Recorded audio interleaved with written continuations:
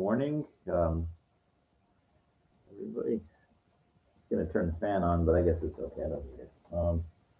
Got the chai spice as usual. Uh, Very early. Good morning. As you know, I keep my hours always shifting. Go to bed when I want, get up when I want. I call it Las Vegas time, actually. Uh,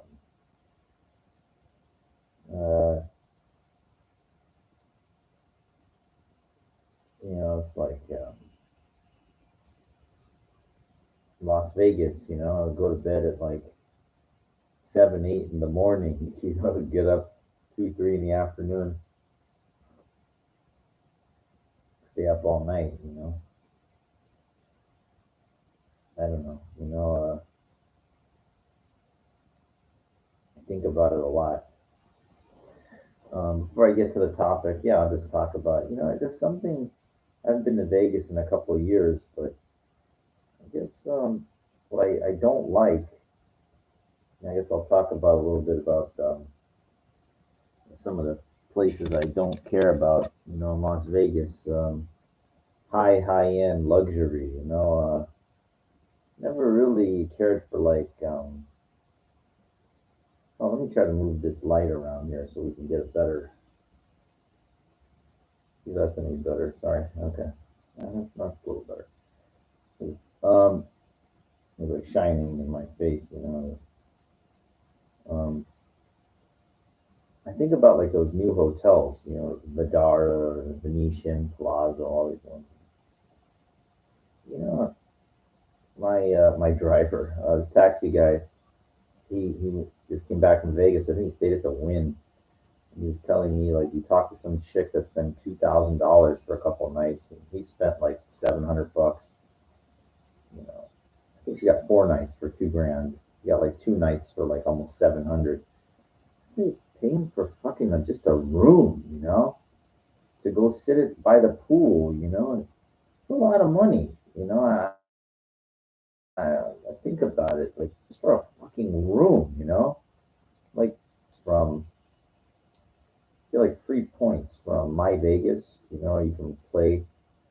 It's like a waste of time, though. It's like stupid. You can play all these games and stuff. They keep sending you. You can only use the nights, on certain free nights. You can buy them.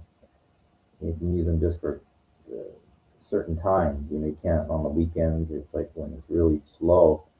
And you still got to pay resort fees. So yeah, it's really just not worth it. So you get 2 free nights. Wow. And part of me, I like the buffets, and it's all closed now because of COVID.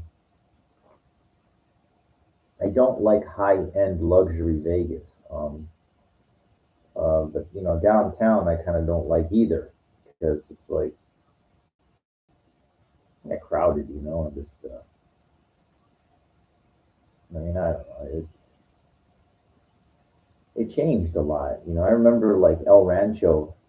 They had like 100 bowling lanes there, like 24 hours. You could bowl mini games for like $1. I remember it was like nothing.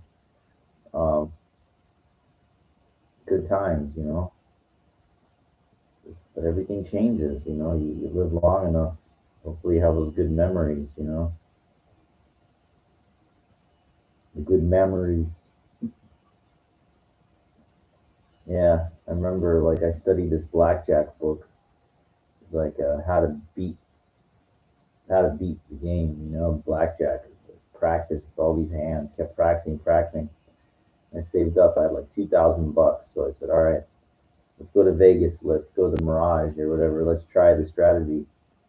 And I tried the strategy, and in like the span of 10 to 15 minutes, I dropped $1,000. I only so I lost half my bankroll that fast, and I went, fuck this. I'm just gonna go dance and have fun and not gamble anymore. And I did. I had more fun just going out dancing at the Studio 54, which used to be at the MGM Grand, um, based on the original, the one in New York.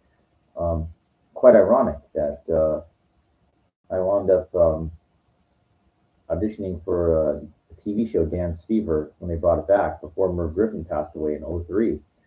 and I was one of the 48 contestants to compete, or 48 contestants or groups to compete on the show, and it was at that Studio 54. So to me, that was like home field advantage. Um, yeah, I had. I'm trying to think how many years dancing experience I had under my belt at that time. Uh, about 10. I had about 10 years of on and off dance experience. And I was a lot younger. I was like 29, and yeah, I mean this dude, he was very strong. B-boy Crumbs, he's kind of like a Justin Timberlake looking, but he could do flares, he could do B-boy, he was really good. So he basically brought down the house. Crowd liked me though. Crowd really liked me, but I was just overmatched. I was just overmatched. He made it to the finals, and then he didn't win. He got beat by a group of four hip hop guys. So, so those are one winner. How much the prize was? I think it was 100,000. Four dudes split the 100,000. I danced for like 27 years. I went out on Saturday night. I really, tried. I was really dead at that Naughty Pig place, Naughty Piggy, whatever. Um, the most money. I try to think about this. I did like amateur contests and stuff. I won like $300 one night in an amateur contest. I was really broke too, so that was, today, even to this day, $300 today, there's still $300. I mean, that's money. Um, but that's like, I think the most I ever won. Um, I mean, when I was on the Dance Fever, they flew me to Vegas, put me up, they paid MGM Grand, and I upped my ticket so I could fly first class, like on, I think it was United or Southwest, where there was an option for like an extra $80, you go first class. And I said, hey, this is once in a lifetime, dude. They're flying me to dance on a TV show. I upped it to first class just to see what it was like. It's kind of cool. It was all right. Some dude I was sitting next to goes, "What are you doing?" I said, I'm gonna dance on a television show. They were like, "Yeah, I felt like confidence. I was still kind of young and um, kind of look about the same. But I never became anything as far as like famous or really anything. I was on the premiere of So You Think You Can Dance of season one. I really thought like, and I got a good amount of airtime on that show too, but it did not lead to a big career for me. No commercials, no movies, no nothing. Um,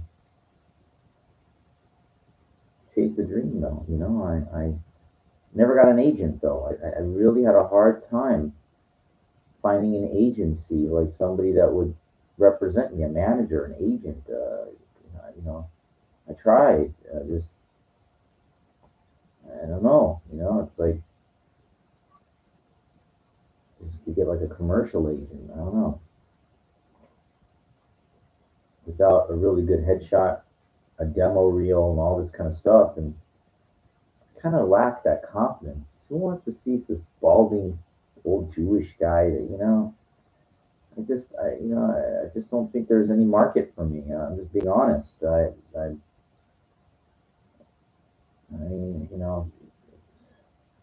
just being realistic here. I think sometimes the harder you try, shit can really elude you. You want something so bad, but if it's out of your hands, you should be. A lot of people have like delusions of grandeur. They don't understand that it's not like the best. A lot of it is connections. And being that right person at the in the right time. Right age. Like it's a lot of factors that go into a lot of things. There's like it's not one size fits all. I mean, how many people are there in entertainment that their parents or their brothers or whatever they got them in the business? Is it Mary Jo Slater? It's like, what is that? Christian Slater's mom is like a casting agent. That helps. um, or her sister or something. I know that she's related to him. Yeah,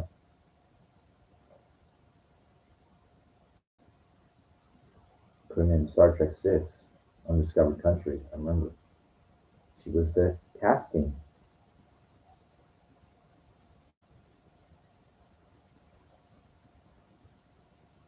Yeah, I'm like kind of hard on myself at times.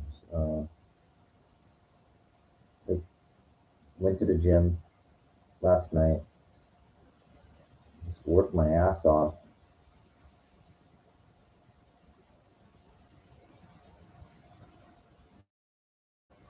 I don't know for what. It's just the way that I'm wired. I'm wired to like to go hard.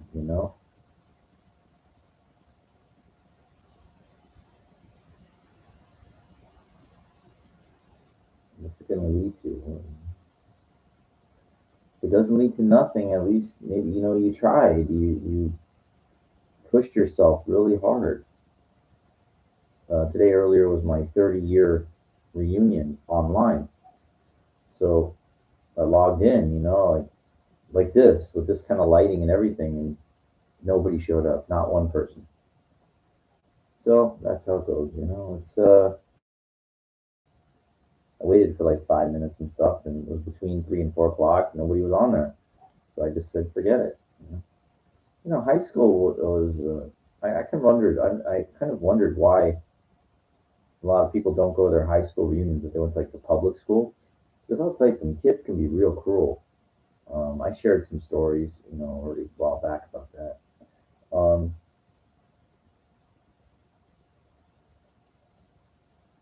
and I have a very good memory of that in high school and stuff. Um, Overall, it was, well, I'm 47, right? So you figure I went to high school for 3 years. That's like 8% of your life. I mean, so a lot of time that was dedicated. In public schools and everything. I remember, but baseball got me through high school. Period. That was it. That was my drive to play baseball in high school. That was it. That's all I cared about. And I just didn't know what to do after. I mean, I didn't understand that was going to come to an end. Nobody asked me. Nobody, I didn't, um, that I learned very quickly that I had to go somewhere else to play. Just try to. I'm not going to um, rehash the whole story because that's what like bums do. They live in the past. They don't live in the present. They don't focus on the future. Really important, to keep everything, in check. Use the past as a guide, but nothing more. Like, don't live in the past. A lot of bums do that. I used to go to this bar in downtown called King Eddie's. It was on Fifth in Los Angeles, and these people just hang out with them, and they just talked about, oh, I remember when I was in the Air Force or the Navy. Like, but if they're not 60 or more, or pushing 60, they're talking about when they were like 16 or 17 or something, or like 35 years before. What do you learn about now? What about now? They don't. There's nothing. They're just burning the time.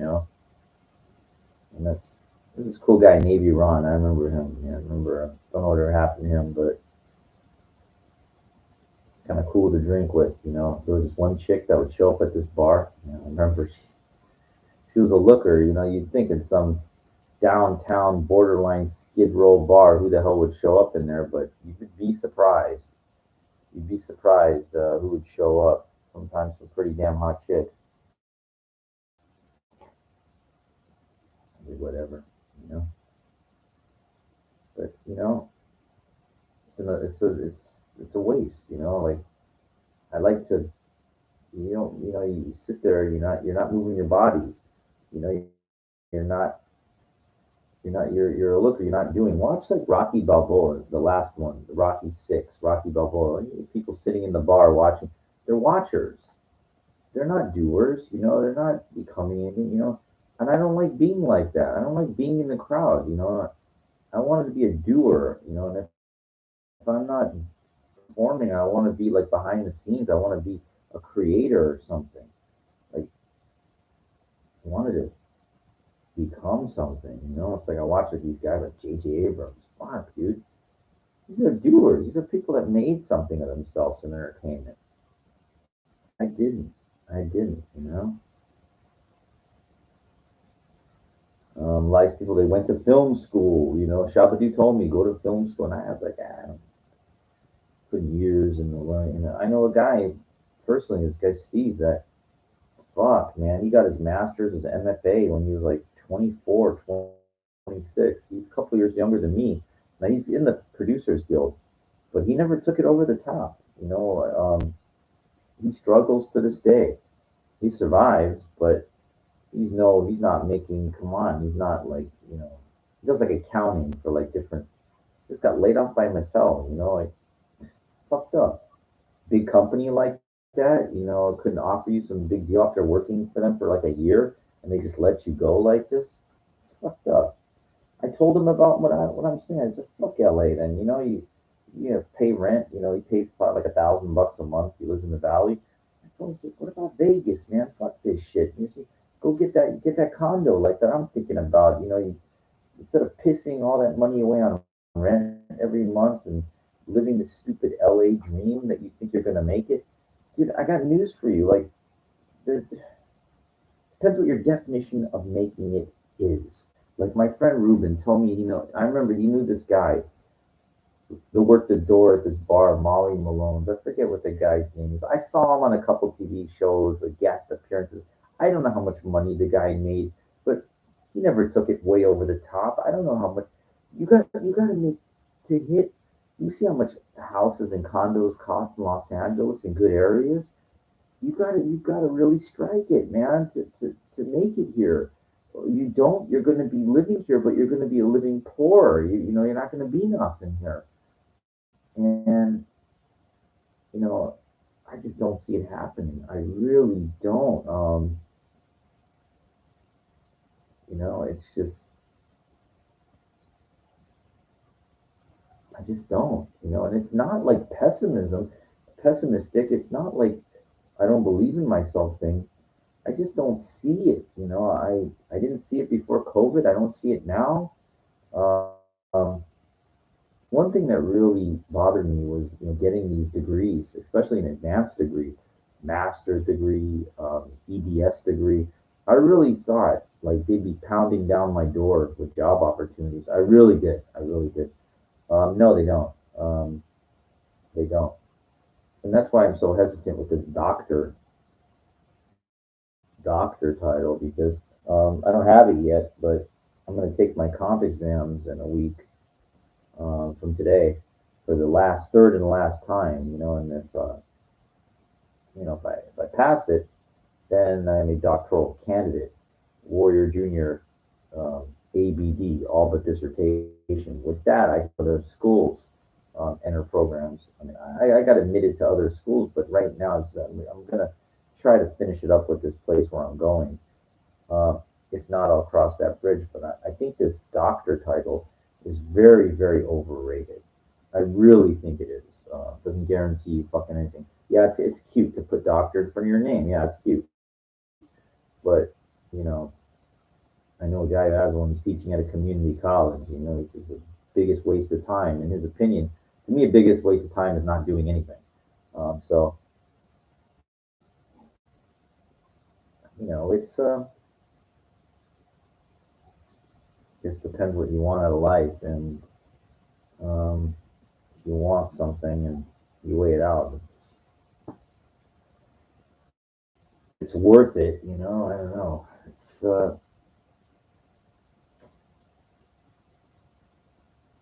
I don't know what to say. It's like there was this chess grandmaster. I forget this older guy. He said, if I would have put the type of energy I put into becoming a chess grandmaster into business, I'd be a multimillionaire. Um, but he put all of his energy into something where there's no future. Um, I know I don't know him personally, but I played against this kid. He's like a prodigy. He's the best player I ever seen, like a 7-year-old. He became a grandmaster like earlier this year. He's like 17. He won like the U.S. Junior Championship earlier a couple months ago. But he's like 17. It's like, dude, you can if you think you have delusions of taking down the world championship, number one, to become the world champion, if you're in the United States, you have to win the U.S. title first. Good luck with that. That means you're the best player in the country. There's only one, and it's quite a fight for that one. And the winner of that gets invited to the candidates tournament, where he has to go up against all the other about 7 or 8 best players in the other countries for one spot to challenge the current world champion. Um, it's quite a Herculean feat, to say the least. So even though this kid that I've been following his career, he's gone from like 300 in the world to number 200 in the world. He's a grandmaster. He just won the U.S. Dude, if you don't take down the U.S. title by the time you're, and I said 18, 19, and that's even, he's too late to the dance, dude. It's Bobby Fischer, I think, was 15 when he was already U.S. champion. Um, and like at that point, there's something there. But there's a reason that the last U.S. champion was Bobby Fischer. There was a guy who's close. The guy Fabiano Coruna, whatever. He challenged Carlson. He was damn near close, but Carlson eked it out at the end, and you know he's just a fucking beast. It's how it is. He's like the Brock Lesnar of chess. Can you imagine that guy? Jesus, he's a fucking killer.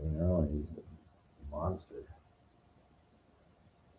Yeah, some people, they got the gift, they got the talent, they got an opportunity. There's a lot of people that are big that don't make nothing. There's a lot of people that ends, there's like these factors that, I mean, look, there's nothing wrong with being like a plumber or something. If that's your passion or whatever, you make like 100,000 a year. Good luck, good for you. It's just not my thing. I'm not a trade person. This one guy told me, get into a trade, get into a trade. I ain't into anything, man. I ain't into like electrician. I'm not into anything. I'll retract that. I didn't say I'm not into anything. I'm not into like really anything like that most people do for a living. Let's put it that way. I applied for like postal jobs in Vegas because I was trying to keep an open mind. I applied for like work at like community colleges in Vegas. I was trying to keep an open mind, saying, hey, if I get a good job out there, I get my condo out there, but nobody really would hire me. I got a phone call from some special needs school, and I really think they were. Um, I don't know what they were thinking because special needs. You gotta have a master's in special needs, a special education when you're working with kids with disabilities and stuff like that. I don't have that. I got a master's in phys ed. Actually, it was supposed to be sports administration. I don't know why the hell they put phys ed on there. It's really sports admin. That's what all my work was, I put fucking physical ed, PE. But you know what? That's okay. That's cool because I spent my life in physical in phys ed. So you know, it's all good. Just a stupid doctor title. I should have. I don't know what when I got my master's when I was 44. Um, I knew I wanted to get a doctorate degree, so I heard of, okay, well, there's PhD and then there's EDD, Doctor of Education. So I figured, oh, okay, well, it's less units. It's Doctor of Education. Let's just try to go for that. And then I said, well, wait a second. There's Liberty University. They had this program. It was like an EDS degree, and I made sure it wasn't a postmaster certificate. I said because I said, I'll make sure this is actually a title. It's a degree, right? I said, yeah, no, it's educated. It's a degree of the educational specialist. It's on the way. it's on the way to doctor of education. So I figured, you know what? Because I know most doctoral programs, it's long. You know, it's a grind. It's not going to be easy. But pick up that specialist degree on the way. That way you got something. And and I got it. I got the specialist degree, and I remember when I got it last year. I got it when I was 46. When I got it, I was like so fucking happy. I mean, I bought the right frame for it. It's huge. It's like it comes like the specialist. It's like doctoral level, um, but it's not a doc. It's not a doctor degree, but it's still it's like this big paper. And I framed it. I got the right frame. It cost like two. The frame cost $200. I'd show it to you, but you carry this fucking thing out to show you. Yeah, I'll do it one day. I'll show you the degree. Um, but anyway, what the problem was, I thought I could transfer all the work that I did to get the doctor of education degree, and the school wouldn't do it, wouldn't allow it. They said, "Oh, we're working on a thing where we're going to transfer a lot of units." And I said, "Wait, all the work I did, well, we can only take like 15. 15. It's like 30 units there. I mean, it's a lot." And so I, I left, and then I went to this other school, this Franklin University, which I'm at right now. And they changed, and then Liberty changed. They went back and they said, okay, no, we'll take up to 50% of all the work. So now you're taking it. Once I left, um, so I mean, I could go back, but I would have to repeat courses and a lot of stuff. And then I got offered to go to applied to school. They wouldn't take a lot of transfer units, but it's like this doctor of kinesiology.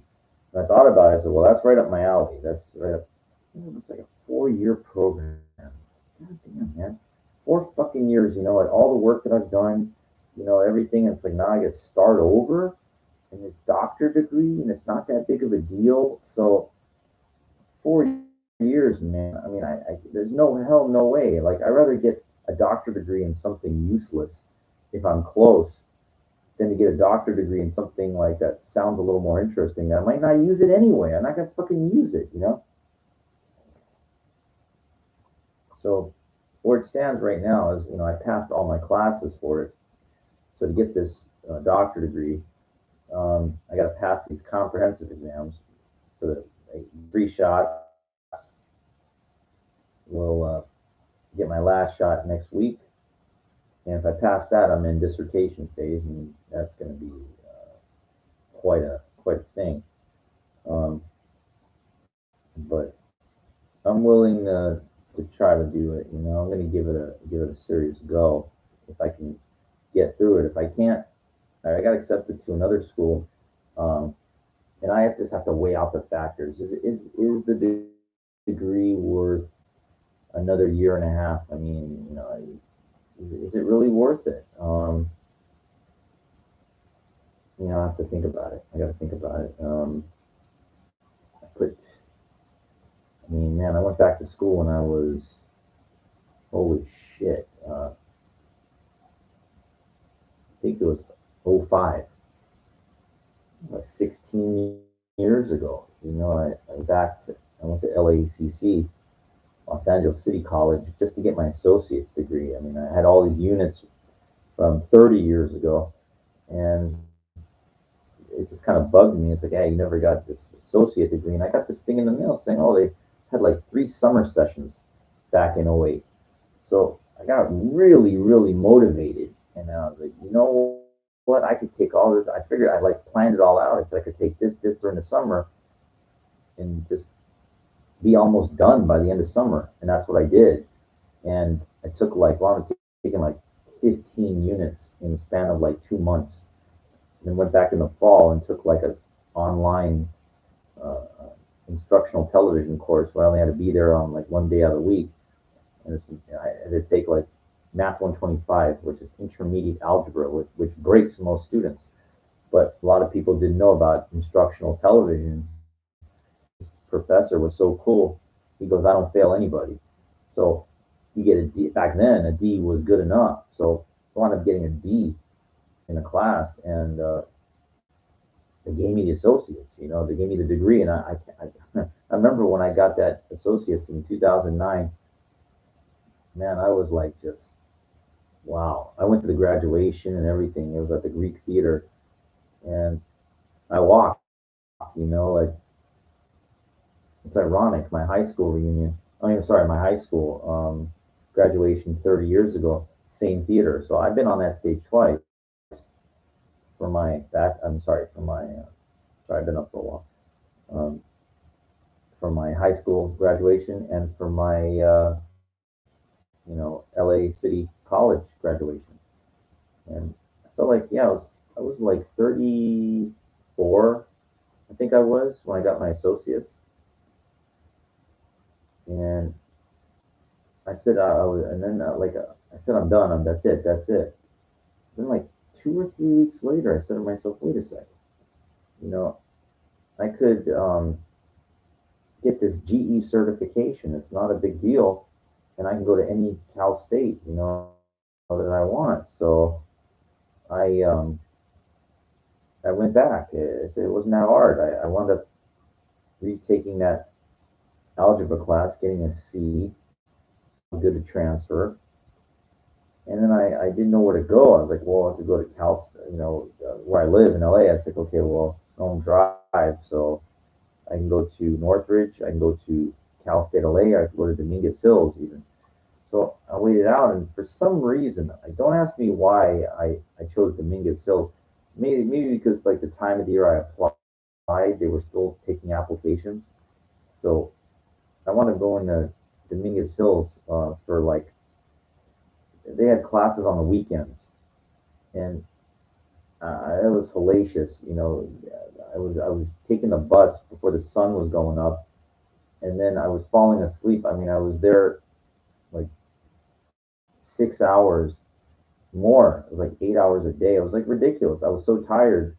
I couldn't handle it, and I just had no drive. I didn't know what to major in. It was really just everything was closed. It's kind of like a kind of a weird location campus. Where it is like halfway in between Long Beach. It's a weird.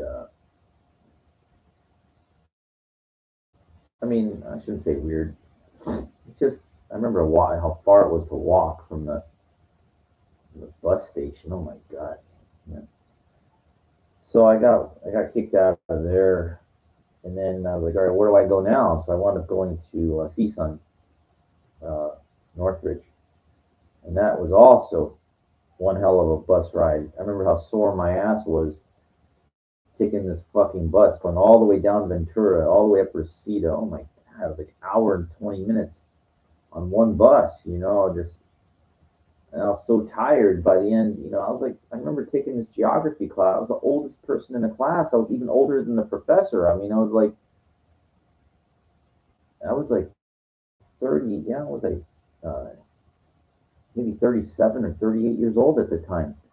And the same thing basically happened. I just couldn't find anything to major in. And I went through that college catalog a million times. I couldn't find nothing. So I got kicked out of there too. That was the end of that. And I found I didn't know where to go. Like I tried going to other Cal State LA, and then they said, no, you fucked up with your financial aid. You can't get in here. So I was like, damn it, like I wanted to get my bachelor degree. I was like, felt like I did so much. I just want to get that bachelor degree because I was contemplating going in the military. Um, Felt like I could have still done it, in my mid 30s, and I found National University, and it didn't start off easy for me, but I wound up. It took me about a little over a yeah, general studies, I think, with emphasis in like arts and sciences and stuff. It's kind of cool though, but it was like one class a month, and after the first class, I was able to, you know, flow with the program. Yeah, so I got my bachelor's through them, and then I said I'm gonna keep going. Like I found this school online, accredited, that had a master's in phys ed, and I was able to jump right in that. That took me almost 3 years because I took it real slow. Um, I had issues with some of the professors, and then you needed to have a B in all the core courses, so I had to repeat.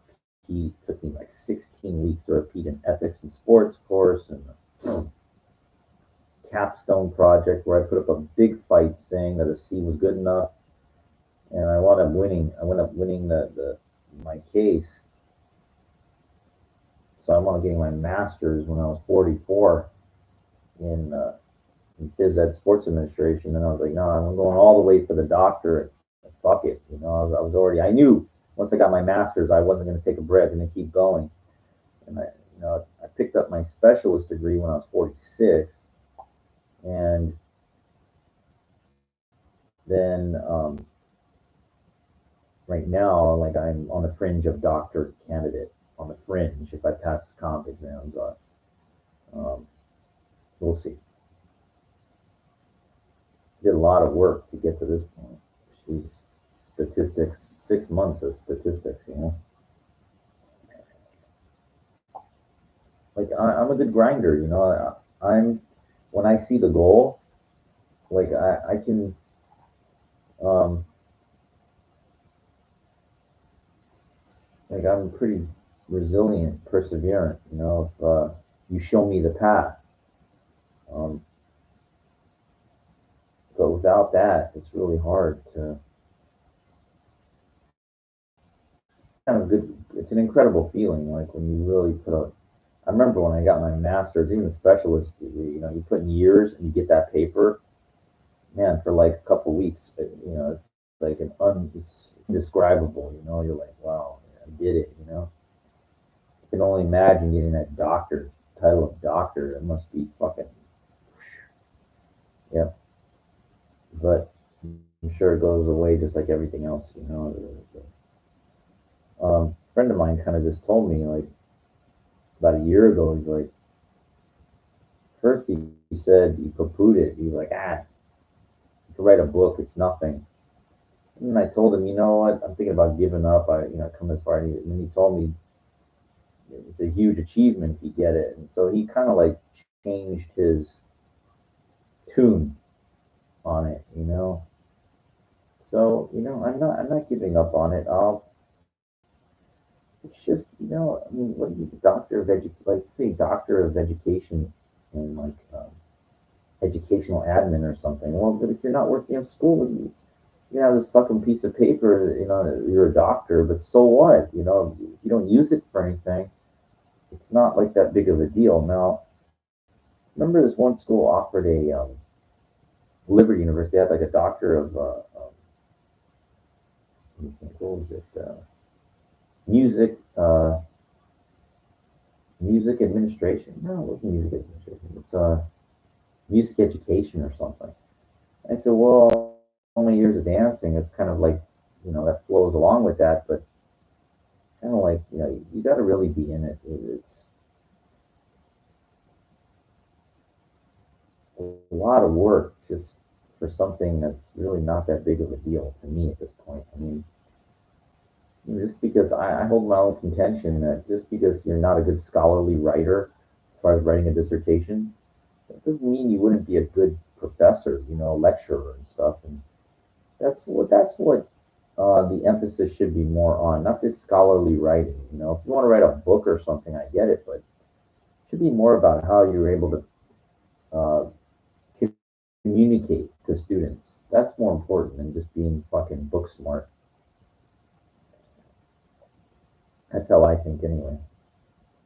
But we'll see. We'll see. I'm kind of close. I've been at Franklin for a year and a half. I mean, it doesn't sound like a long time, but I've written like thousands of pages. Done like hundreds of assignments. I mean, It's a lot of fucking work. Yeah, yeah. And to me, it's like all for naught. If you don't get that degree, then it's like, you know, doesn't matter how close you were. You got to get it. Bottom line. I just wish they had some better, you know, completion programs. So I spent a lot of time researching on the internet, and I couldn't find anything that was really, they kind of start you all the way back. It's a completion program is not like, oh, 2 years. What? I like I looked at this ACE school, American College of Education. It's like, well, if you're ABD or got an EDS degree like I do, they want like 38 units now. I said, fuck, dude, 38. I did 30 units to get my EDS degree, and then I did another 24 at Franklin or whatever. I mean, I'm like one credit away from ABD status, and you're going to tell me I need 38 through your school? I mean, now, so I researched all these other schools, and they're all about that. Now, I think there's NCU, North Central. I think they got a 23 unit program, Doctor of Education, if you're ABD. That, and also Trident University has a 6 course thing, but it's a long drawn out 6 courses. Doesn't sound like it's a lot, but it'll take you a year and a half, at minimum, to do it. So there's no fast and easy doctor. There's no it's a real long drawn out, and that's if you're at that point, like that's all it takes is one dickhead professor. Sorry to use that for brazenness, but that this real asshole. I don't even want to tell you his name, give him any credit, but he basically killed me on my comp exams twice. He's not on my committee for the final third time, thank God. But um, every degree that I've ever earned has always been, you know, people that have made it extremely hard, rules and challenging and everything. I've been able to work around just about everybody, given enough time. So we'll see what happens. We'll see what happens.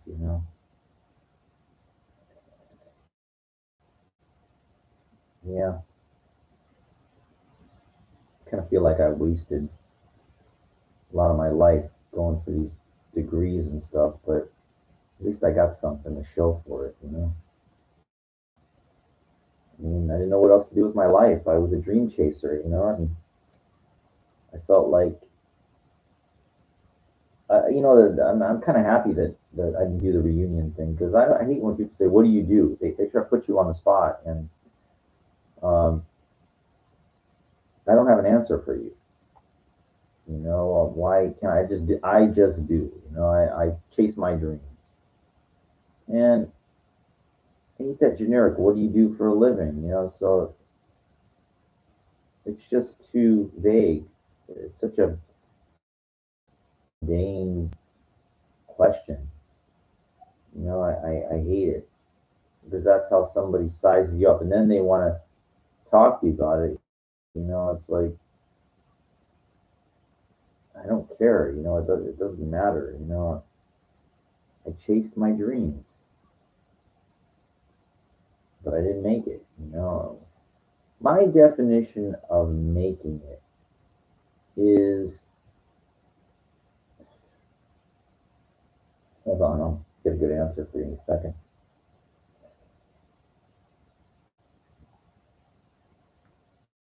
My definition of making it is having enough money where you can live life on your own terms. That's my definition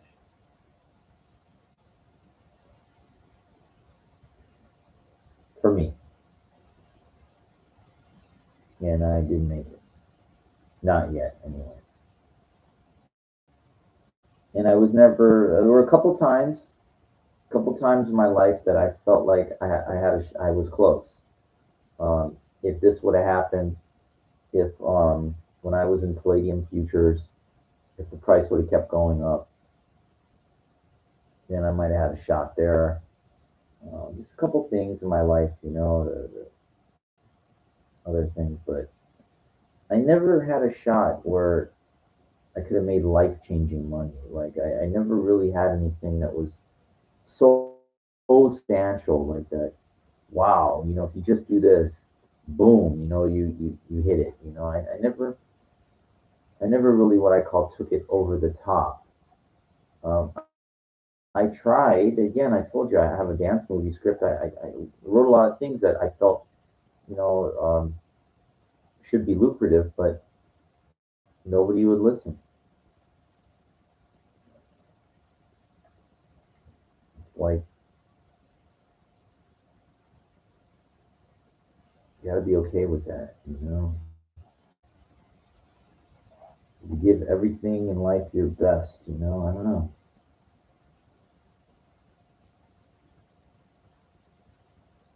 I don't know.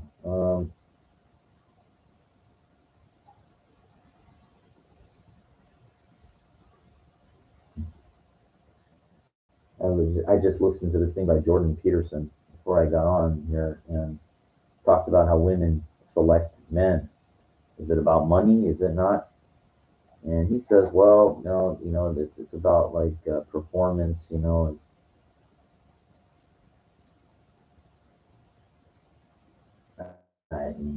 wealth and status have to be the deciding factors, I mean,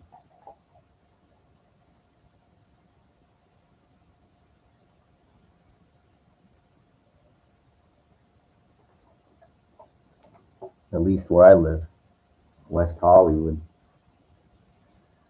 seems like that. Well, it's,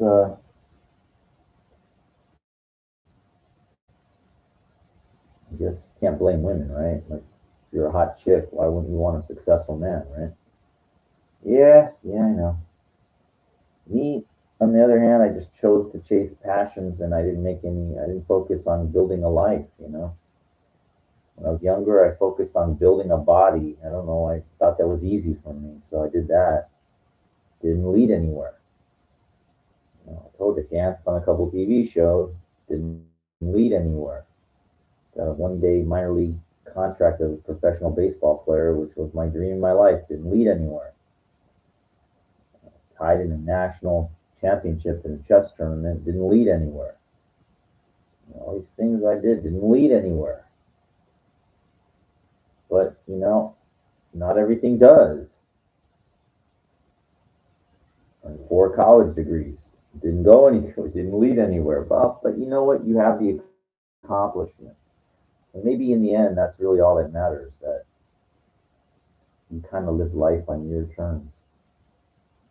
You didn't just go along with the narrative like everybody else. I got no problem with working, but I feel like society doesn't compensate you fairly based on the cost of other things. Like my grandparents that raised me, you could buy a house back. If you worked, they owned a snack bar. You could buy your own house. 50,000, 75,000. Now it's in millions.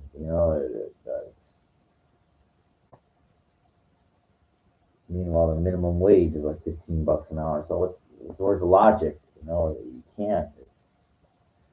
It's not balanced. It's there's a huge chasm between those people that have and everybody else.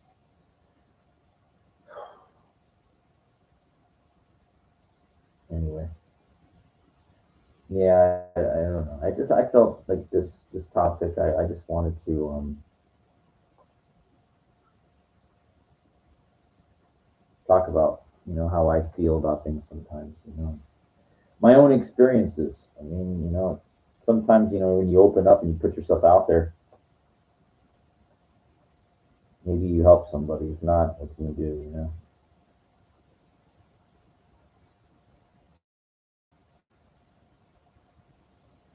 Yeah, I'm still watching that coin, that ACH coin. I still have some money in there, and I was just hoping that it would have surged. I like the episode on the difference between greed and just being ambitious and trying. Big difference. Big difference.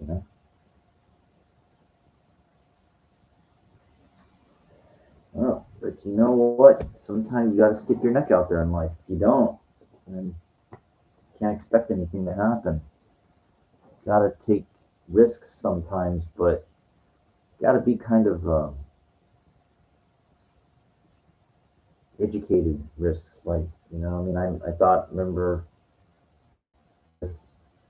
thought I had a system when I was playing cards, Pai Gow poker, like writing everything down. The people were watching me, they didn't care though. In Vegas, I know you can't do that. Get away with it here in LA, and it was working for a while. But then, like, after about a week, it was like I got killed. Like, and that's the thing with me. I can't take small losses. I got to keep trying to play, and gave all that money back, and it was quite a substantial for me, a substantial amount. And plus, I wasn't feeling good, and you go to the stresses of gambling and everything like that. I know they glorify it on television, but when you're doing it and everything, and if you've ever had bad beats or whatever and losing money, you know what I'm talking about. It's just not worth it, man. To me, it's like hard to make money. I'm sure for a lot of most people it is. If you're in a position where money's not your problem, congratulations. My hat goes off to you. Geez, I wish those kind of people would really sincerely try to give back while they're still here, like, but they don't. They say they do, but they don't. They ain't giving nothing to nobody, man. Unless they have to pay taxes or whatever. They ain't fucking helping you get started or nothing. They don't. They don't. They don't. They don't. It's just the way it is. Anyway, it's just reality, my friends, and you have to accept. Reality is that you have to accept. Doesn't mean you have to like conform to it, but you do have to like accept it and work, try to find your niche. What I mean by niche is like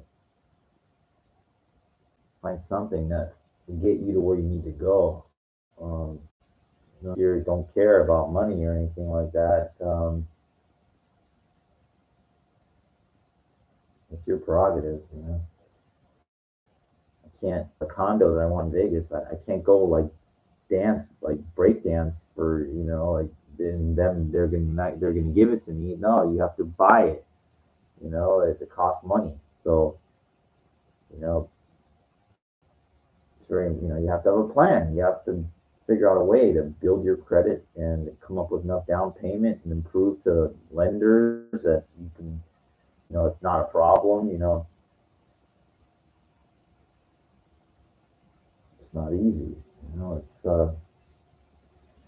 but they say nothing good is, nothing. I mean, nothing good in life. It's worth it. You gotta be willing to battle for, struggle to get what you want while out of this life while you're here, and it shouldn't be easy. You should have to, persevere to try to get to fight to get what you want. You know,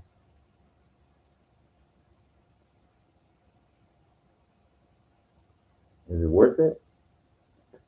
You don't know unless you try. Just be prepared to fail, man, because failing is happens all the time. Yep, I felt like I had a lot of balls. That coin was going. It went to 22 cents. I jumped on board. I said, "All right, dude, let's go to a dollar." If it would have been a dollar, I'd have that condo in Vegas. It went 22 cents, 24 cents, and then just fucking fell off the fucking map. It was over.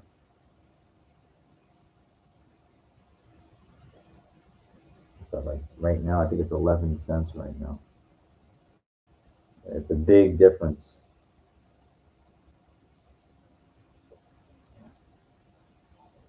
You just gotta be right once, but it just hurts when you try and you just don't see any success in any endeavor. But think of it like trench warfare, like if you're fighting a war, you don't see the success because you're in the middle of it. And sometimes a war is slow, and the battles are won very slow. Maybe the war is not a good analogy. Think about it like a football field, like if your team is working their way up, you don't really see you see the end zone, the goal line, but if they're, you know, a 2 yard gain, it doesn't look like it's much, but it's 2%, and enough 2% adds up. Of course, you got to make first down, but you know what I'm going at here. Sometimes the gains don't really seem like they're significant. But if you look at it like this, let's say you want to climb Mount Everest, and you can break this down into a science. It's like, well, here's the peak. It's this many feet, and then I need to have once I hit this point, I need to have this kind of amount of equipment to sustain me to get to here. Then I need to have this to get to there. I need to have that to finally make it to the top. So it's like a plan, like you really got to, you think you're going to run up Mount Everest wearing shorts. You'll make it to the base. You might make it up the first 50 feet or whatever like that. But dude, it's going to get cold now. You need breathing stuff, the sleeping bag. You're not going to make it if you're trying to go up there unprepared, unless you take a helicopter or something. Uh, but you know where I'm going with this. Think about it like that in life. The power of writing shit down. I do that all the time. It's damn hard when you don't see any success, huh? Or the success is so little here and there. But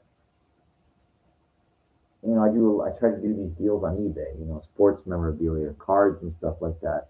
Maybe every couple months, I get lucky. I come across a card that's like $1,000 card or $2,000 card for like $600 or something, and the card might go up.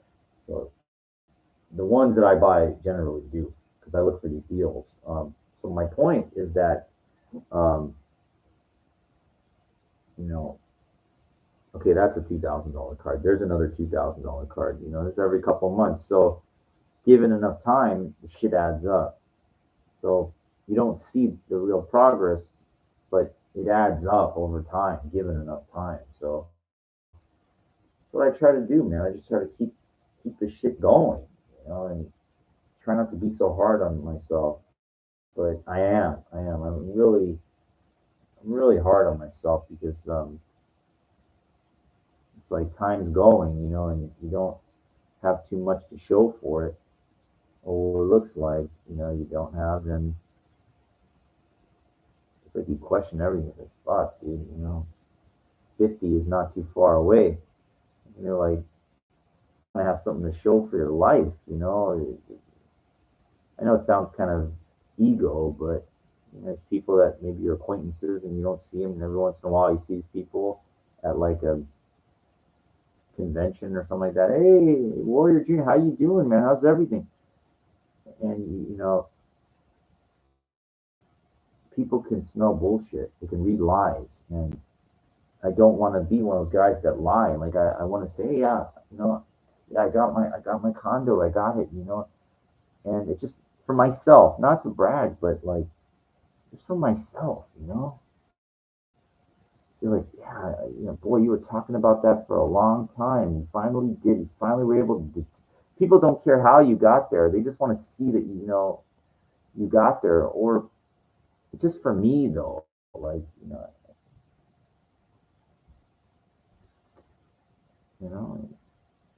want to be proud of myself. It's not about being showing off to anybody. I just want to say here, yeah, boy, this was like the hardest. This was the thing I wanted so bad, and it's like I just can't believe it's so hard to get $100,000 mortgage in 30 years. I told this to a lender. I said, 30 years, break it down. I put down 10, 15 grand. You can't get this. And they go, well, you got to have like a job improvement thing and everything like that. And I said, well, look, I have like, this is how much I get every month, and I have this. And it's like, it's not enough, like, geez, I I mean, I know I can make payments. And plus, if you don't pay, they take back the property. So I don't see why they make it so fucking hard, but they do. But a lot of it is my fault. You need a 580 FICO score, and I fucked that up. I had like $50,000 credit line, with all my cards at one point, and I took these huge risks. I leveraged it all to buy gold. I sold all the gold, and then I tried this, I tried that with that, and it was just bad, bad. There's nothing wrong with building your credit, but you know, if you're going to max out everything, you better be sure and have a guaranteed deal. Like I don't if it's like if the you need 50,000 for a down payment on a house or something like that, then you go ahead, you can do something like that. But you don't take weird gambling risks. What I mean by gambling risks is like stock market. You're not sure. I'm talking about shit that better be iron fucking clad. Then go ahead and leverage everything. If like, if it'll work, um, your gut will tell you. Your mind, we're built with a internal compass, and if you make it, and then if you're wrong, then you know what? I truly believe it wasn't meant to be. But I commend you. If you really gave everything you had and tried, guess what? There'll be other chances. There will be. There will be. Let me give you an example. My buddy John, I think he owns a construction company, and he does okay. He does okay. Comes from money, but he's as far as I know. But I remember, like, he's about 33. I remember 15 years ago looking at Bitcoin, and he bought, like you said, his Dogecoin. He thought it was a joke, right? He said I can get 1 million of these Dogecoins for like $300. So he bought it. He put it in the wallet. He bought it, right? And then we know what happened. Dogecoin went from like way below a penny. It was like nothing. It was up to like 75 cents. Now the problem herein lies of the story that wallet, that company, whatever he bought the coins with, they went under, and they gave. This is like a couple of years ago. So he didn't, didn't know he wasn't able to get his Dogecoin out or move it to another wallet, so it's gone. Um, Probably could have had $750,000, 750,000 maybe. That would bother a lot of people. They but this guy is able to, you know, see, that just shows you how, got other things going on. A bum would just be walking around going, oh, it doesn't matter. See, he can just keep working other deals. I could talk about my lotto ticket story till the cows come home that I had 5 out of 6. I just needed that either mega number or the sixth number. I would be a multimillionaire. But that's what a bum does. That's what a bum does, and I don't. See how fast I told that story, and I already moved on because I'm not a bum. There's a huge difference between being broke and being poor. The poor people, like bums, they talk about the lotto story. Oh, I could have had if I would have had. That's what a bum does. A poor person does. Somebody that's broke, they could be on their way. They just haven't hit it yet. We call it in Yiddish, we call it mazel, a little bit of luck. And so, Stallone says keep punching. And that's what I try to do. I just keep punching, haven't hit nothing yet, you know, hoping. If it doesn't work with this ACH, then it's something else. Tony Robbins, keep changing your approach is what he said. Doesn't work, change your approach.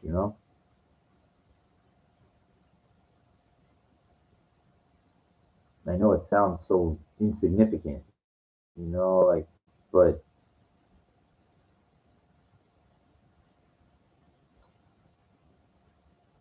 you just gotta hit it. You just gotta get lucky once. When I mean lucky, I mean substantially lucky. I mean, my biggest dream, over the past couple of years was to have a powerful person give me a pitch meeting, like Stallone, Jennifer Lopez, or somebody,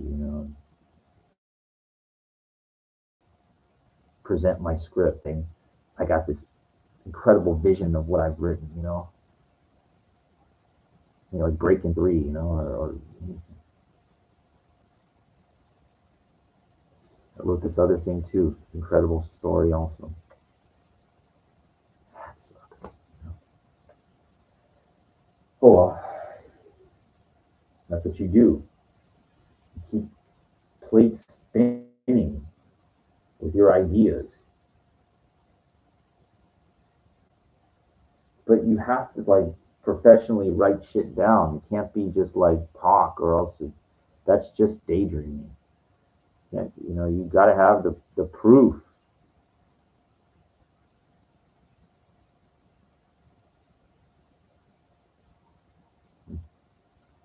All right. All right. Well, anyway, that's kind of enough for now. I hope you appreciate a little bit about me reliving, telling you like what I did educationally, and yeah, no, as long as you're doing something, it's not a waste of time. Don't get down about the grind and whatever you have to do, but try to like remember where you need to go. Like that. Don't stay too sedentary. A lot of people do that. They like in my this building, people they've given up. They're old, giving up, and water tends to seek its own level. I don't talk to any people in this building for that very reason, because I don't want to wind up like that. I feel like I could still do something. I think like 50 is a really good milestone. Like you want to like have been working hard to change by that age.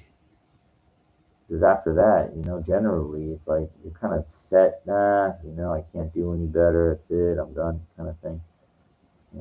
Eckhart Tolle hit at 50. Just keep grinding away. Okay. All right. Well, I hope you enjoyed this one. I will try to keep you up to date with no luck on the women front with me yet. We will not stray too far from the narrative. We will make sure and keep talking about women, that I'm interested in and things, because that's why I started this channel, confidence and doing these things. And get ready because next month, a little over a month, my 9/11 expose. Um, I hope you all tune in for that one. That's going to be one hell of a doozy, folks. We are going to pull back on some of the curtains that will definitely educate you into why things unfold the way that they do. So that'll be next month. Hopefully, I'll be here for that, and we will talk to you later. We're Junior signing off. Out.